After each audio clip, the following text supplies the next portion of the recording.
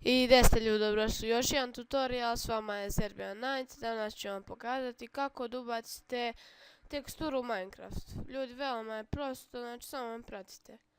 Skinete vašu teksturu, Minecraft uđete Options i Resource Pack. Ovako vam bit će vam prazno, a ovo je moja tekstura koja mi se sviđa, ja je koristim. Idete ovdje, Open Resource Packs folder. Čekamo to učita.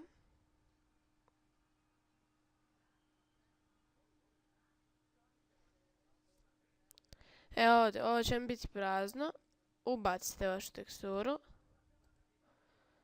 Čekate tako, idete X. Idete Done i sad sačekate.